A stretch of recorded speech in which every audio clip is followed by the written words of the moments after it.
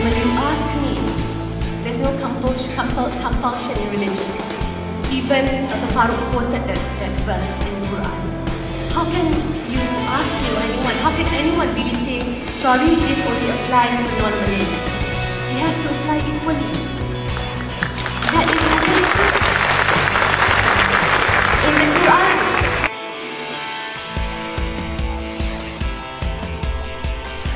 pergi mengajak semua untuk merujuk pada kenyataan saya dalam blog, dan saya juga dinasihatkan oleh Peguam tidak lagi membuat kenyataan kerana Peguam saya akan mengambil tindakan seterusnya. Bismillahirrahmanirrahim. Assalamualaikum warahmatullahi taala wabarakatuh. Sidang penonton yang dihormati sekalian, alhamdulillah hari ini kita bertemu untuk sama-sama kita membincangkan satu isu yang saya kira cukup hangat untuk kita perkatakan pada hari ini, kerana mengambil kira isu-isu ini menyentuh secara dekat terutama sekali dengan umat-umat Islam ataupun masyarakat-masyarakat Islam kita yang ada di Malaysia pada ketika ini, yang mana kita akan membincangkan soal isu kenyataan yang dibuat oleh Naib Presiden PKR Nurul Izzah ketika menyampaikan Forum Islamic State pada 3 November di Gereja Full Gospel Tabernacle di Subang Jaya pada 3 November yang lalu. Bersama-sama saya hari ini untuk membincangkan soal ini ataupun menjelaskan dengan lebih lanjut tentang isu Nurul Izzah ini, tidak lain tidak bukan yang berbahagia Datuk Dr. Hassan Ali, yang mana merupakan Presiden kepada Jalur 3 ataupun Jati, yang mana Datuk Hassan juga merupakan adun bebas bagi kawasan Gombak Setia. Dan kalau kita kenali, Datuk juga merupakan mantan Exco Kerajaan Negeri Selangor dan juga mantan Naib Presiden PAS suatu ketika dahulu. Baik Datuk, kita nak mula dengan yang pertama sekali, mengambil kira daripada video yang kita tonton pada masa kini cukup banyak kita tengok di media-media masa, di media cetak, media elektronik dan sebagainya, menayangkan video yang mana Nurul Izzah membuat suatu kenyataan yang bagi saya agak kontroversi dan menyentuh sensitiviti umat Islam pada masa kini. Kalau boleh Datuk, boleh kita nak tahu apa perkembangan terkini tentang isu Nurul Izzah setakat hari ini, Datuk. Terima kasih Faiz. Para penonton yang dihormati sekalian, pertama sekali memanglah isu ini isu yang melibatkan akidah, isu yang melibatkan perkara pokok dalam Islam, dan sudah tentulah saudara sebagai orang Islam, saya sebagai orang Islam, Faiz sebagai seorang Islam, sudah tentulah kita menanggapinya bukan saja dengan kepala kita, menggunakan otak kita, tetapi kita menanggapinya dengan menggunakan hati nurani kita, dhamir kita, jiwa kecil kita, yang disitulah yang disebutkan sebagai keimanan kita kepada agama Allah Subhanahu Wa Taala ini. Saudara yang dimuliakan sekalian, jadi bila isu ini ditimbulkan, sudah tentu berbagai-bagai ragam ulasan-ulasan yang dibuat, sama ada yang menyokong Nurul Izzah dan juga yang menyanggah saran yang dibuat oleh Nurul Izzah. Tetapi yang ditanyakan soalnya tentang perkembangan terakhir. Perkembangan terakhir saya melihat oleh kerana isu ini merupakan isu yang menyentuh hati nurani masyarakat Islam, khususnya masyarakat Melayu di Malaysia ini, maka sudah tentu paparan-paparannya. Kita lihat yang pertama, laporan-laporan polis sudah dibuat. Yang kedua, kita lihat misalnya ulasan-ulasan daripada tokoh-tokoh agama, agamawan-agamawan, tokoh-tokoh pimpinan masyarakat, tokoh-tokoh politik, dan tokoh-tokoh orang yang tidak mempunyai status dan kedudukan dalam masyarakat, yang telah memberikan idea, memberikan ulasan, yang saya rasa kebanyakan ulasan setakat ini, setakat yang saya lihat, yang saya timba, ulasan itu menyanggah kenyataan yang dikemukakan oleh Nurul Izzah tersebut. Yang ketiga yang saya nak sebutkan, Faiz, tentang perkembangan yang saya nampak ialah perkembangan ini membawa kepada keadaan dalam mana PKR khususnya DAP dan PAS dalam Pakatan Rakyat sekarang ni sedang agak menggelabah sikit. Menggelabah untuk menjawab soalan yang merupakan fakta. Dan mereka tidak boleh menafikan fakta yang terukir dalam bentuk video, dalam bentuk ucapan-ucapan, dalam bentuk rakaman-rakaman, dalam bentuk sajian-sajian yang dikemukakan, sama ada dalam berbentuk cetak, sama ada dalam bentuk elektronik, yang saya rasa tidak mudah, mungkin tidak mungkin untuk dipadamkan peristiwa-peristiwa tersebut. Dan yang akhirnya, yang keempat, satu perkara yang saya nampak Nurul Izzah sampai sekarang ni kaget dia, terperanjat dia. Bila orang yang menanyakan soalan itu, tak salah saya namanya Siti Zabedah. Ya, saya tahu. Siti Zabedah. Salah seorang ahli majlis peguam Malaysia menanyakan soalan itu kepada dia, dan dia telah membuat kenyataan terbuka mengatakan bahawa Nurul Izzah sudah membuat kenyataan berpaling tadah 180 darjah, menafikan apa yang disebutkan dalam forum tersebut, dan jawapan yang begitu jelas yang keluar daripada mulut Nurul Izzah yang tidak mungkin dapat dinafikan, yang ini telah dikonfirm, disahkan sendiri oleh Siti Zubaidah yang mewakili ahli majlis peguam Malaysia itu. Okey Datuk, jika kita lihat forum ini dia berlangsung pada 3 November yang lalu lah. 3 November yang lalu, lebih kurang masa ada 8-9 hari setakat hari ini. Tetapi jika kita lihat di media-media cetak, media-media elektronik masih lagi menyiarkan laporan-laporan berkaitan tentang isu kenyataan yang Nurul Izzah keluarkan ini. Kenapa Datuk lihat isu ini begitu hangat sehingga diperkatakan sehingga hari ini? Pertama sekali, macam saya sebutkan di awal pembukaan tadi, isu ini menyentuh persoalan akidah. Sebagaimana Faiz tahu, dalam Islam ada 3 tonggak. Tonggak yang pertama akidah, tonggak yang kedua syariah, dan tonggak yang ketiga ialah akhlak. Jadi ini menyentuh akidah. Bila menyentuh persoalan akidah, maknanya bagi orang Islam, bagi orang Melayu terutamanya, walaupun mungkin mereka tidak mengamalkan secara rigid agama misalnya, katakanlah tak jaga sangat sembahyang, tak jaga sangat semua puasa, tak mengikut peraturan-peraturan yang ditetapkan dalam syariat Islam itu. Tetapi orang ini dari segi akidahnya, kebanyakannya, saya rasa mempunyai kekuatan yang sangat hebat. Dan kekuatan itu sudah mulai dipancarkan sekarang ini, dan itulah menyebabkan, dan kekuatan-kekuatan ini bersambung-sambung kita lihat.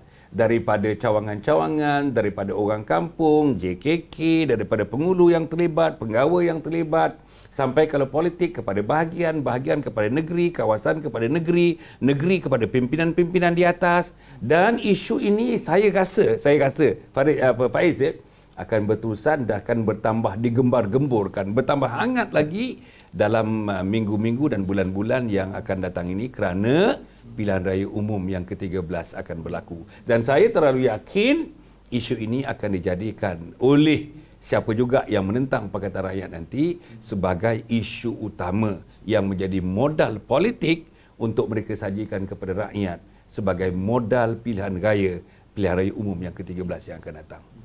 Okey Datuk, seterusnya bagaimana Datuk melihat cara Nurul Izzah sendiri dia menangani masalah inilah.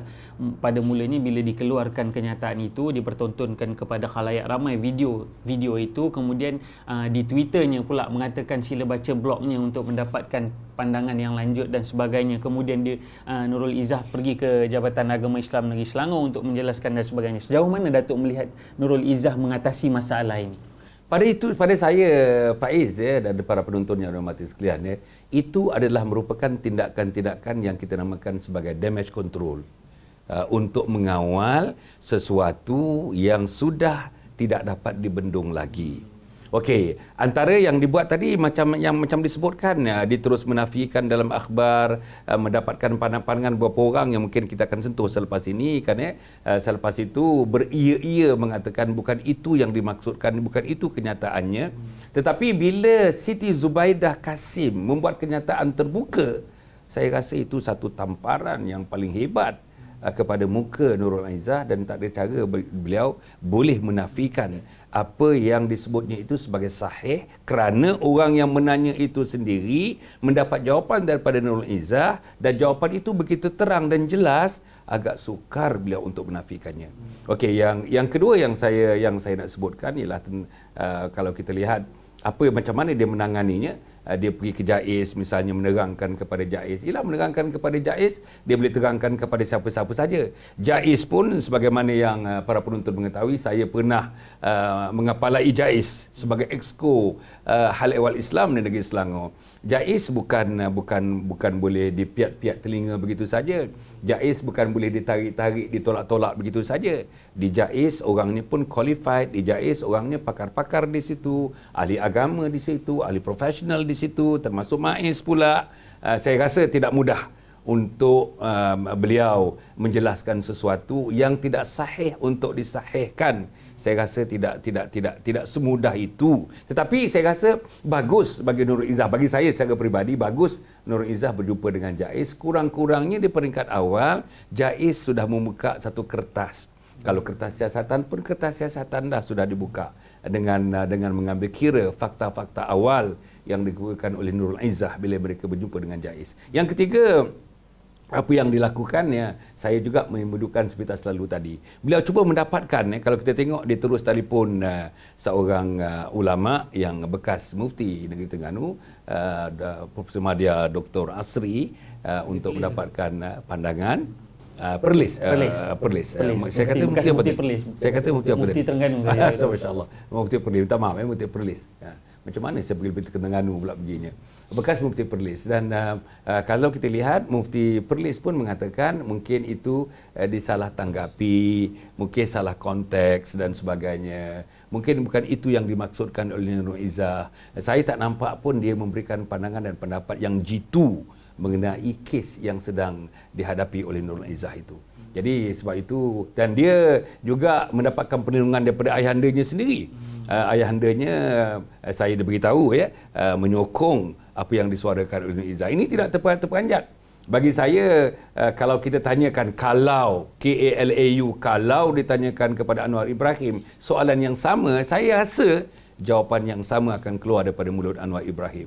Sebagaimana yang kita ketahui, dia menganut satu fahaman yang disebut sebagai fahaman pluralism, fahaman liberalism, dan fahaman pluralism liberalism inilah fahaman yang hampir sekali, bukan saja hampir, fahaman yang kata orang bertalian, fahaman yang kata orang saling sokong menyokong, fahaman yang kata orang saling kait mengait, dengan fahaman yang mengatakan bahawa hal agama ini terbuka kepada semua, nak menukar agama terbuka kepada semua pilihan itu, termasuk pilihan itu juga dibukakan pintunya kepada orang Melayu dan orang Islam. Jadi dan yang akhirnya, yang keempat ingin saya sebutkan, apa yang Nurul Izzah langkah yang diambil ialah, saya rasa dalam keadaan ini dia dinasihatkan oleh peguamnya supaya jangan membuat apa-apa kenyataan. Bagi saya lah, dengan tidak membuat kenyataan, dengan bagaimana tentang reaksi daripada masyarakat yang begitu hebat sekarang ini, saya mengatakan sekarang ni reaksinya bukan setakat alun-alun saja, dah mula ada gelombang-gelombang, dan gelombang ini bertukar menjadi gelora, dan gelora itu kita akan dapat lihat nanti, gelora itu akan mula membadai nanti pada pilihan raya umum yang ke-13 yang akan datang. Okey Datuk, mengambil kira bagaimana Nurul Izzah mengatasi masalah ini, bila kita tengok laporan-laporan ini dibuat di media-media utama, media-media baru, di laman-laman web, dan banyak lagi laman-laman web, media-media baru yang melaporkan isu kenyataan Nurul Izzah ini. Tetapi Nurul Izzah mengambil pendekatan untuk menyaman hanya sebahagian daripada pihak-pihak yang melaporkan, sebagaimana yang kita ketahui beberapa hari lepas. Apa komen Datuk? Ini menarik, Faiz. Saya sangat ini sangat menarik para penonton dan mata sekalian. Okey, faktanya ialah setakat yang saya tahu. Faktanya ialah utusan Malaysia, Berita Harian, TV3, terutamanya utusan Malaysia memetik kenyataan yang terlebih dahulu dikeluarkan oleh Malaysia Kini dan Malaysian Insider. Tu, Malaysia Kini dan Malaysian Insider. Dan yang dipetik itu pun daripada bahasa Inggeris, untuk utusan Malaysia diterjemahkan word for word. Dan saya dah tengok terjemahan itu, dan saya pun dah tanya pakar-pakar orang yang boleh menterjemahkan daripada Inggeris kepada Melayu, dia mengata terjemahan itu tepat. Okey, itu satu. Nombor dua, saya ingin menyebutkan selain daripada Malaysia Kini dan Malaysian Insider, seluruh blog-blog, kalau kita tengok blog-blog, dan kalau kita lihat ditunjulkan dalam televisyen misalnya, Berulang-ulang sampai sekarang ni perlu tunjukkan ucapan dalam forum. Sebelah dia tak salah saya Dr. Mujahid Yusof Rawa. Kan ni sebelah dia. Dan habis saja dan ada beberapa ketikanya sorakan begitu, tepukan begitu hebat. Dan di akhir ucapannya itu pun termasuk Mujahid Yusof Rawa pun bertepuk, menandakan memberikan sokongan kepada jawapan yang diberikan oleh Nurul Izzah. Saya rasa sokonganlah. Biasanya orang bertepuk tu takkan bertepuk gitu aja tanpa ada sesuatu yang digerakkan oleh hati, perasaan, pemikirannya.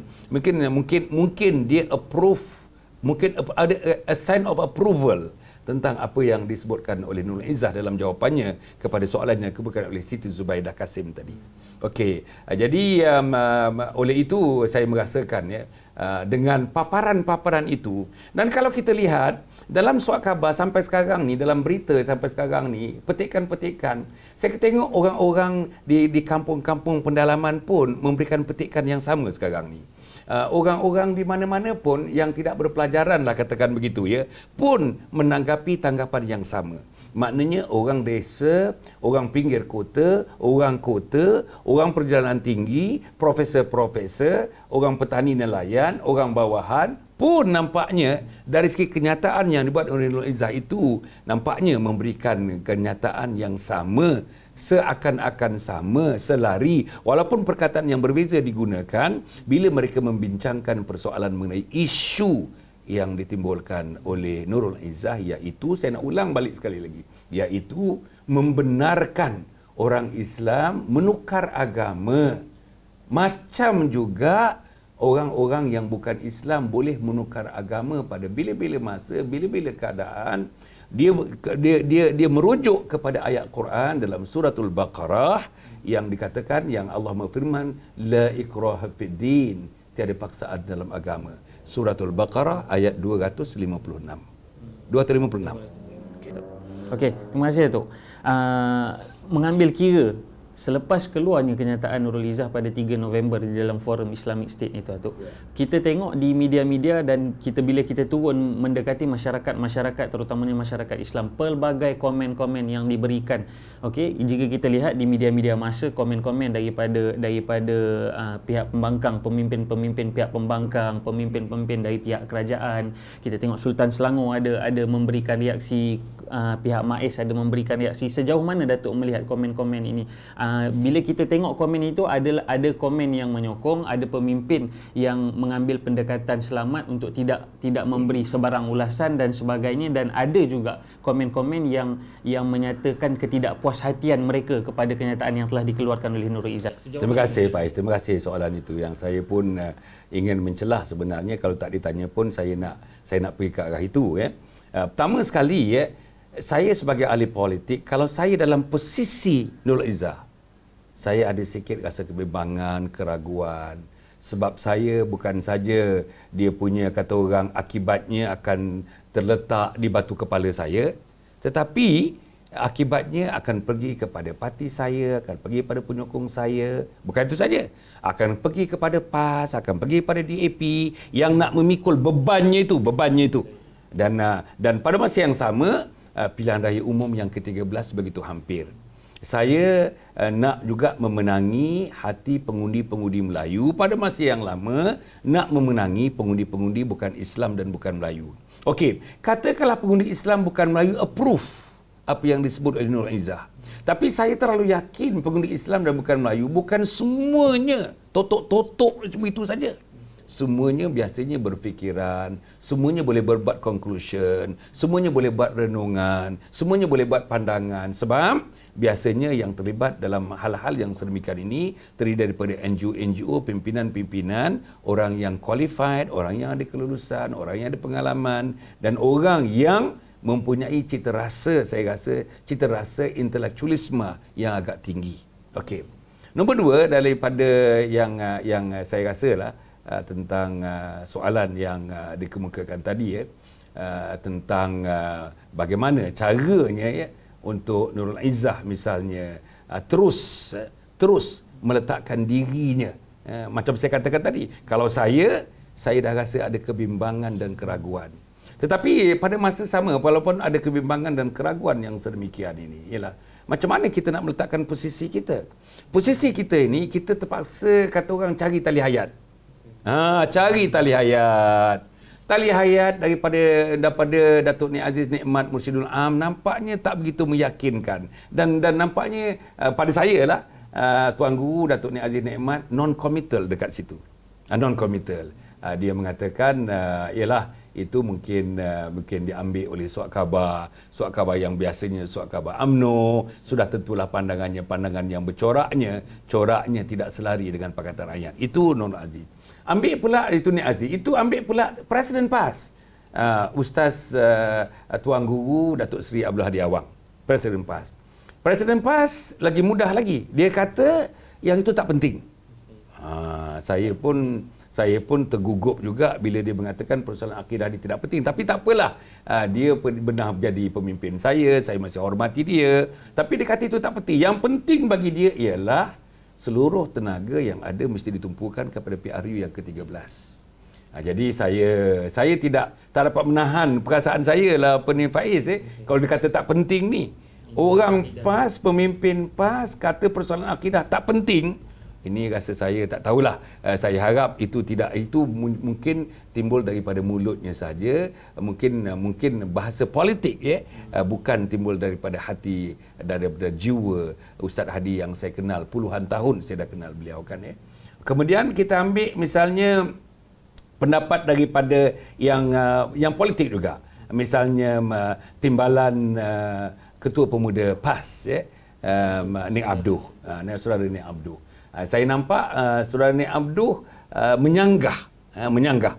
Ada elemen, saya nak kata ada unsur menyanggah pendapat dan pandangan Nurul Izzah dalam jawapannya kepada soalan yang dikemukakan oleh Siti Zubaidah. Saya ni sekarang selalu sebut Siti Zubaidah ni pasal saya hormati dia yang menanya, dia hendakkan jawapan, dan bila orang nampaknya membelakangkan jawapan yang pernah diberi sebagai prinsip, dia ke depan dan membuat satu kenyataan terbuka tentang itu. Itu saya hormati. Sebab itu saya terus menyebut perkataan nama Siti Zubaidah ini.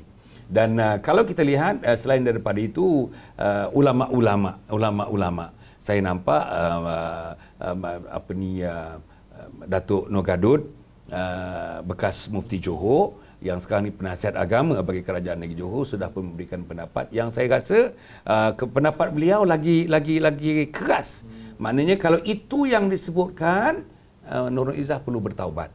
Maknanya bila kita bertaubat ini, ialah silap kecil pun perlu bertaubat, tetapi dalam kepala Datuk Nur Gadut saya rasa kesilapannya bukan kesilapan kecil. Kesilapannya yang memerlukan taubat yang segera, kerana kemurkaan Allah Subhanahu Wa Taala itu sudah akan berlaku terhadap kenyataan, seolah-olah kenyataan itu menghina Islam. Kenyataan itu menafikan hak Allah Subhanahu Wa Taala ke atas hamba-Nya yang beragama Islam. Seolah-olah kenyataan itu membuka pintu seluas-luasnya kepada orang Islam bebas menukar agama. Walaupun orang Islam itu beribu kandungkan seorang Muslim, berayah kandungkan seorang Muslim, lahir sebagai seorang Muslim. Dan peruntukan perlembagaan 160, artikel 160 menyebutkan kalau orang Melayu namanya, takrif orang Melayu, bangsa Melayu, mesti beragama Islam, mesti bertutur bahasa Melayu, dan akhirnya mesti mengamalkan budaya hidup orang Melayu. Jadi tafsiran ini tak boleh lari, dan kita kena ambil tafsiran perlembagaan ini letak sebelah menyebelah dengan jawapan yang diberi oleh Nurul Izzah. Ternyata jawapan Nurul Izzah itu tersasar. Dari sudut perlembagaan pun tersasar, dari segi akidah pun tersasar, dari segi syariat pun tersasar, bahkan dari segi mana-mana pandangan pun saya merasakan macam juga teman-teman lain tersasar. Yang ketiga yang saya nak sebutkan, selain daripada pemikir-pemikir masyarakat, kita lihat ramai pemikir-pemikir masyarakat yang telah mengemukakan pandangan mereka, selain daripada golongan ulama, ahli-ahli politik. Ahli-ahli politik ni tak payahlah saya sebutkan satu persatu yang telah memberikan pendapat dan pandangan. Ahli politik dalam PKR, saya nampak ahli politik PKR belum nampak lagi siapa-siapa yang datang membuat kenyataan. Timbalan Presiden tak buat kenyataan, Presiden tak buat kenyataan, naik-naik Presiden tidak membuat kenyataan. Yang Melayu, orang Melayu yang dalam PKR, rasa saya tak tahu mengapa mereka tidak membuat kenyataan, padahal mereka perlu membuat kenyataan, menentukan kedudukan, peranan di mana tempatnya PKR yang berkaitan dengan isu yang dibangkitkan oleh Nurul Izzah.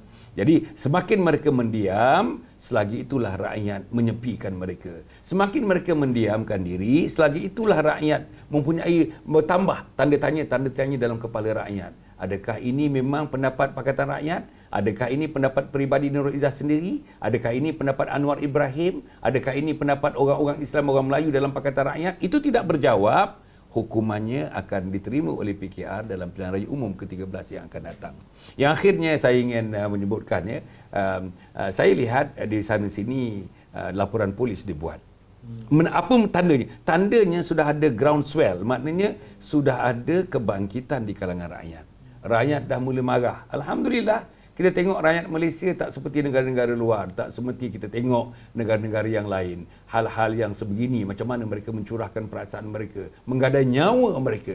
Tapi alhamdulillah orang Malaysia nampaknya begitu calm, begitu begitu prihatin, tetapi tidak beremosi begitu ya, tidak hilang arah tuju, dapat lagi menjaga emosi, dapat menjaga diri. Tetapi saya rasa dalam keadaan itu pun mereka telah melakukan laporan-laporan polis. Merata-rata saya nampak laporan-laporan polis dibuat, itu pun satu pernyataan yang menunjukkan bahawa rakyat keseluruhannya tidak menerima saranan yang dibuat oleh Nurul Izzah. Akhirnya keseluruhannya, yang kelima, keseluruhannya pandangan saya ialah nampaknya rakyat Malaysia tak boleh terimalah apa juga kenyataan, apa juga perbahasan, apa juga defense ataupun apa juga pertahanan, mempertahankan kenyataan yang dibuat Nurul Izzah. Sama ada Nurul Izzah sendiri mempertahankan, sama ada ayahnya mempertahankan, sama ada pimpinan-pimpinan dalam Pakatan Rakyat termasuk pimpinan PAS yang sepatutnya mempertahankan.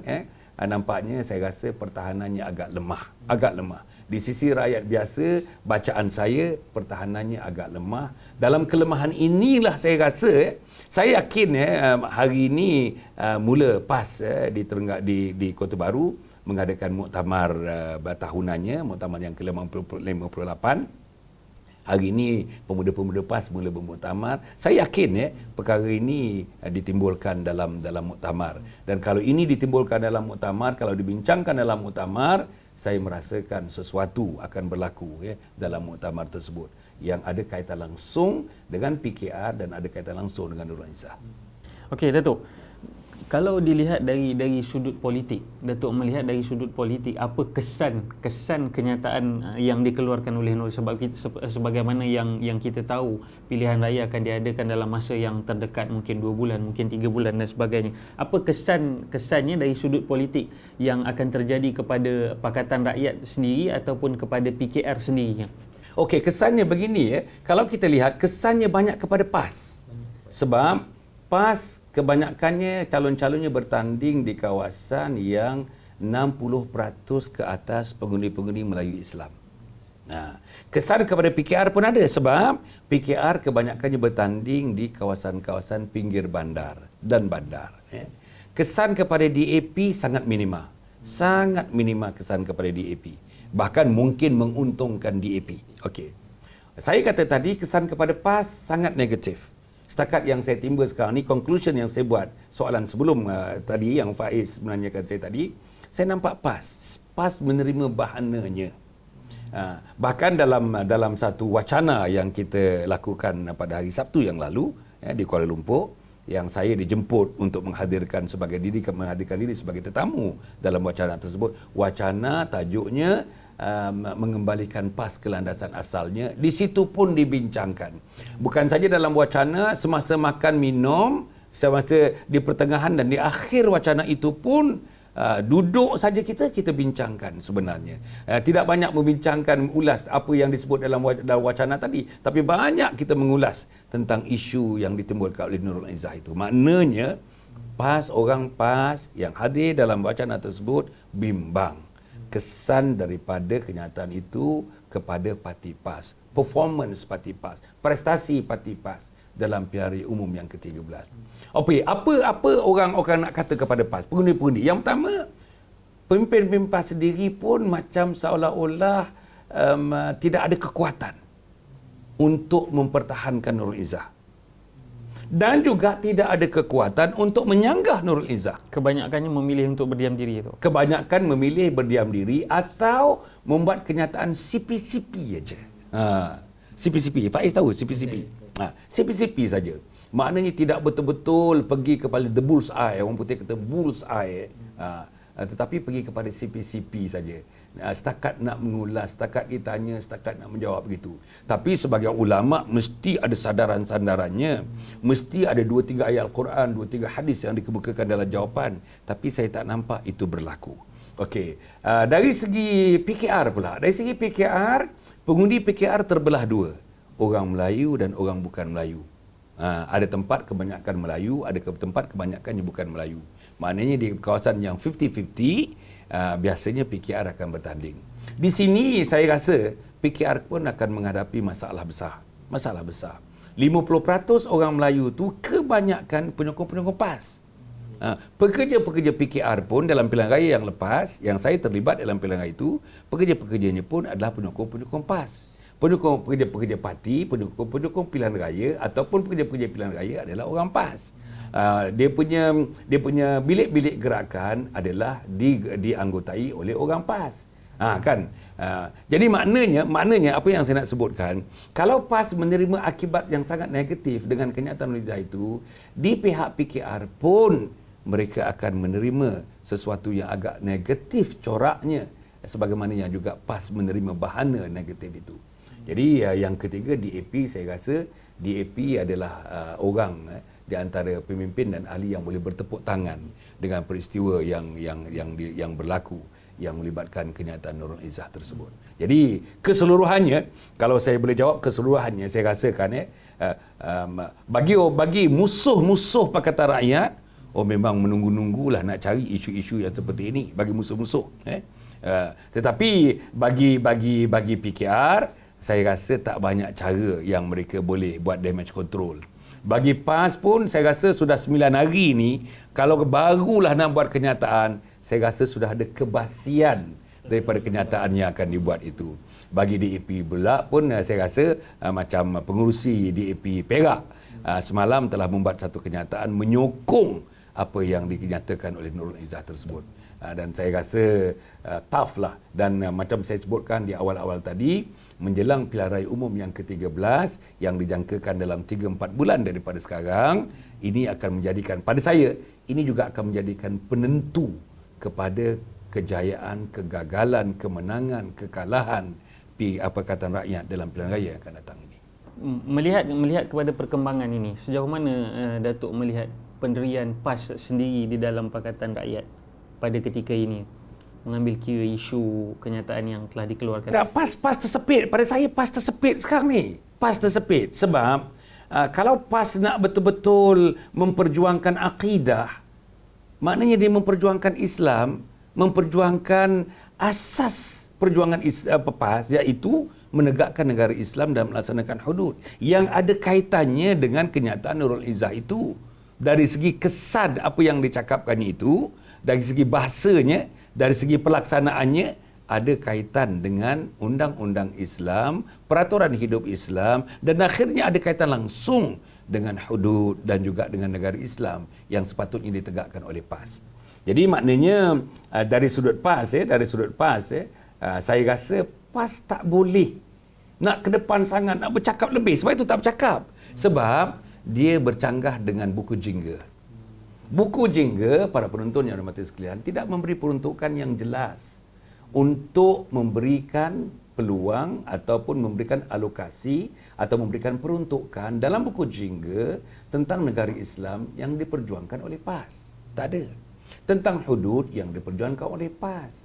Tentang Melayu yang satu masa dulu diperjuangkan oleh PAS dalam konteks mempertahankan kedaulatan orang Melayu, kedaulatan raja-raja Melayu, nampaknya sebagaimana yang kita hendak, sebagaimana yang orang PAS hendak, sebagaimana yang orang PAS hendak. Saya tahu sebab saya naik Presiden PAS satu masa dulu. Saya Pesuruhjaya PAS Negeri Selangor 8 tahun, saya Pesuruhjaya PAS Negeri Selangor 6 tahun saya menjadi naik Presiden PAS. Sebab itu saya tahu hati budi orang PAS.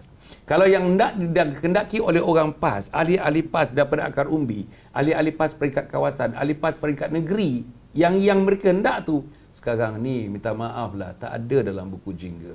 Sebab itu pasal tidak ada dalam buku jingga, DAP pula selalu kata, rujuk buku jingga, rujuk buku jingga, rujuk buku jingga. Sebagai contoh, ini keluar sikit lah, tapi sebagai contoh, ada kaitan ni. Misalnya, tentang advertisement, iklan, papan-papan besar, billboard. Billboard, papan-papan apa tu? Papan-papan iklan yang besar, nak dibuat di Kedah macam di Kelantan. Maknanya semua wanita-wanita yang muncul dalam billboard itu yang mengiklankan sesuatu barangan atau khidmat hendaklah menutup aurat. Ini dibantah habis-habis oleh DAP. DAP tak setuju. Akhirnya tak dapat dilakukan sebab DAP tidak bersetuju. Dan DAP menyebut kalau nak buat itu, dia bagi tahu Menteri Besar, dia bagi tahu Exco, dia bagi tahu kerajaan ni. Kalau nak buat, mesti terlebih dahulu dapat kebenaran DAP. Dalam bahasa lain, itu tak ada dalam buku jingga. Kamu menyalahi buku jingga. Jadi maknanya dari sudut PAS, saya rasa PAS tersepit. PAS tersepit. Perkataannya PAS tersepit. Taro simpayata. PAS tersepit. Jadi dalam keadaan tersepit ni nak menghadapi pilihan raya. Bila orang tersepit ni, dia punya napas tak habis. Kan? Orang tersepit, memekik, napas tak habis. Dalam napas tak habis tu, kekuatan pun tak ada. Dalam kekuatan tak ada tu, nak masuk pilihan raya umum ke-13 ini, saya rasa inilah di antara kata orang baggage.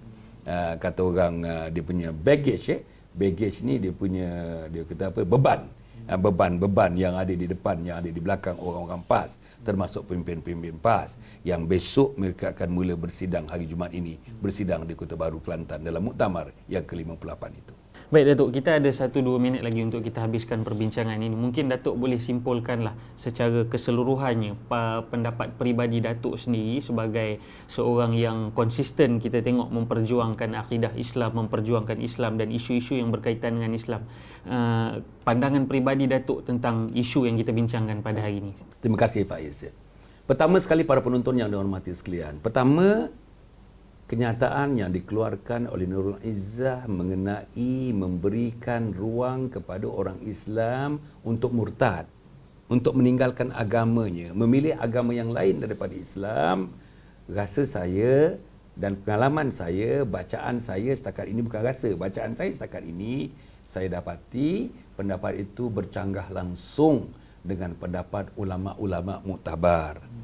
Saya dah tinjau, secara peribadi saya dah tinjau. Saya dah telefon, saya dah jumpa ulama-ulama besar dalam negara ini dan mereka mengatakan pendapat Nurul Izzah itu bertentangan sama sekali dengan pendapat para mufassirin, ahli-ahli tafsir dan juga muhaddithin dan ahli hadis mengenai huraian yang dibuat oleh Nurul Izzah itu. Nombor 2. Selain daripada dia bertentangan langsung dengan peruntukan agama oleh orang-orang agama, pemikir-pemikir agama, ahli-ahli agama, pendapat Nurul Izzah itu tidak boleh diterima secara politiknya, tak boleh diterima. Macam mana kita nak terima dari segi politiknya? Kalau kita lihat sekarang ini, dari segi politiknya ialah kita nak kestabilan negara ini. Pendapat ini boleh mengundang padah kepada negara ini. Bayangkan Hasan Ali ada anak 8 orang. Anak saya sampai umur 18, 21 tahun memilih, ayah, saya nak masuk satu agama lain. Bagi tahu saya. Dan saya, pasal ada satu peruntukan, Nurul Izzah mengatakan, anak saya boleh memeluk agama yang lain daripada Islam. Apa pilihan yang ada sebagai ayah? Apa pilihan yang ada sebagai isteri saya, sebagai ibu? Ya, bayangkan ketika itu. Remuknya hati saya, remuknya hati isteri saya. Bukan remuk hati Hasan Ali saja. Banyak lagi ketua-ketua keluarga. Hasan Ali, Hasan 1, Hasan 2, Hasan 3, Hasan 4, Hasan 1000, Hasan 2000, Hasan 100,000 di Malaysia ini. Yang ketiga saya merasakan pendapat Nurul Izzah itu, saya rasa memang mencerminkan, agak saya lah, mencerminkan itulah pendapat Pakatan Rakyat. Khususnya PKR. Bukan Pakatan Rakyat, khususnya PKR. Sebagaimana kita tahu, saya kata awal-awal tadi, sekiranya kalau Anwar Ibrahim ditanya dengan soalan yang sama, saya yakin jawapan yang keluar daripada mulut Nurul Izzah itu pun itulah jawapan yang akan diberikan oleh Anwar Ibrahim. Itu dia. Yang keempat, saya merasakan bahawa setakat feedback yang kita terima, feedback daripada agamawan, feedback daripada scholar-scholar, feedback daripada orang universiti, feedback daripada ahli politik, feedback daripada pimpinan masyarakat, feedback daripada rakyat. Saya rasa kebanyakan, saya rasa boleh 90% daripadanya menentang, menyanggah pendapat yang dikeluarkan oleh Nurul Izzah tersebut. Yang kelima, saya nampak Nurul Izzah tak banyak ruang nak cari tali hayat. Tak ada. Tali hayat yang pertamanya sudah dipotong. Siapa yang memotong tali hayatnya? Namanya Siti Zubaidah Kasim, ahli Majlis Peguam Malaysia, yang menanyakan soalan itu, yang mendengar jawapannya with utmost clarity, bahawa Nurul Izzah mengatakan bahawa kemahuan, kebolehan, kehendak untuk murtad itu boleh dibuka ruangnya kepada orang Melayu dan orang Islam. Itu tidak dapat dinafikan. Dan Siti Zubaidah mengatakan bahawa Nurul Izzah telah bergerak, telah berpusing menafikan apa yang dicakap itu 180 darjah. Faiz tahu 180 darjah. Dia semua sekali ni 360 darjah. 180 darjah tu setengah daripadanya pusing. Pusing teruslah. Kalau dulu dia kata ya, kali ini dia kata tidak. Kalau dulu dia kata hitam, kali ini dia kata putih. Kalau dulu dia mengangguk, hari ini dia menggeleng. Itulah maknanya 180 darjah. Dan yang keenam, saya rasa kesimpulan yang saya ingin buat dalam hal yang sedemikian, saya ingin menasihatkan Nurul Izzah dan menasihatkan siapa saja, jangan main-main isu seperti ini. Sebab itu Datuk Nor Gadut mengatakan bertaubatlah. Taubat. Mungkin sesuatu yang dimurkai Allah SWT. Saya terlalu yakin ini, kenyataan ini dimurkai oleh Allah SWT. Mungkin orang lain bersetuju, tapi Allah tidak bersetuju, Nabi Muhammad tidak bersetuju. Maka jawapannya ialah sebagaimana disarankan oleh banyak orang, termasuk Datuk Nor Gadut, bertaubatlah. Yang ketujuh saya fikir bahawa Nurul Izzah dalam keadaan sekarang ini, saya merasakan dia merupakan liability kepada PKR, liability kepada PAS, tetapi saya mengatakan tidak liability kepada DAP. Jadi sebagai orang yang pernah dalam PAS, orang yang pernah menjawat jawatan yang penting dalam PAS, saya kesianlah tengok PAS. Simpati saya kepada PAS. Terpalit begitu. Sebab susu setitik rosak sebenarnya nila. Sebab nila setitik rosak susu sebelanga. Rosaklah. Rosak. Saya tengok PAS daripada Johor sampai ke Perlis, Sabah sampai ke Sarawak. Saya rasa dah tak ada defense lah. PAS has got no more defense. Macam mana caranya nak mendapatkan satu defense untuk mempertahankan hujah-hujah yang dibuat oleh Nurul Izzah tersebut. Akhirnya sebagai conclusion, Faiz, sekali lagi saya ingin menyerukan kepada seluruh yang terlibat, mari kita gunakan akal kita, mari gunakan fikiran kita, mari kita merenung, dan akhirnya mari kita merujuk dhamir hati kita, merujuk sedikit zarah-zarah keimanan yang ada kepada kita, keimanan, ketakwaan yang ada pada diri kita ini, supaya kita melihat perkara ini dengan penuh keimanan dan ketakwaan kepada Allah Subhanahu Wa Taala. Sebut dalam diri kita, inni akhafullah, aku takut kepada Allah Subhanahu Wa Taala. Sebab itu kita mengharapkan para penonton, marilah kita bersama-sama melihat perkara ini dengan kepala yang lapang, dengan jiwa yang tenang, dengan berlapang dada dan sebagainya, dan rujuk balik kepada Al-Quran, rujuk balik kepada hadis. Inilah dia sebenarnya rujukan yang terakhir dan terawal yang terakhir untuk menentukan bahawa kita berada di jalan yang benar. Wa anna hadza sirati mustaqiman fattabi'u wa la tattabi'us subula fatafarraqa bikum an sabili dzalikum wasaqum bihi la'allakum tattaqun. Cukup setakat itu. Saya sekali lagi, Faiz, mengucapkan terima kasih diberi peluang untuk ruangan ini. Mudah-mudahan apa yang saya cetuskan ini baik untuk diri saya, baik untuk para penonton, dan baik untuk generasi sekarang dan generasi yang akan datang. Wassalamualaikum warahmatullahi wabarakatuh. Saya serahkan balik kepada Faiz. Terima kasih kita ucapkan kepada yang berbahagia Datuk Dr. Hassan Ali di atas kupasan dan ulasan berhubung isu kenyataan yang dilakukan oleh Nurul Izzah pada 3 November lalu. Dan sidang penonton yang dihormati sekalian, kita sentiasa ingat bahawa kita sebagai Islam harus meletakkan Islam itu di peringkat yang tertinggi, dan jangan kerana politik kita gadaikan Islam kita, kerana matlamat tidak menghalalkan cara itu. Sehingga kita berjumpa lagi. Sekian, wabillahi taufik wal hidayah. Wassalamualaikum warahmatullahi wabarakatuh.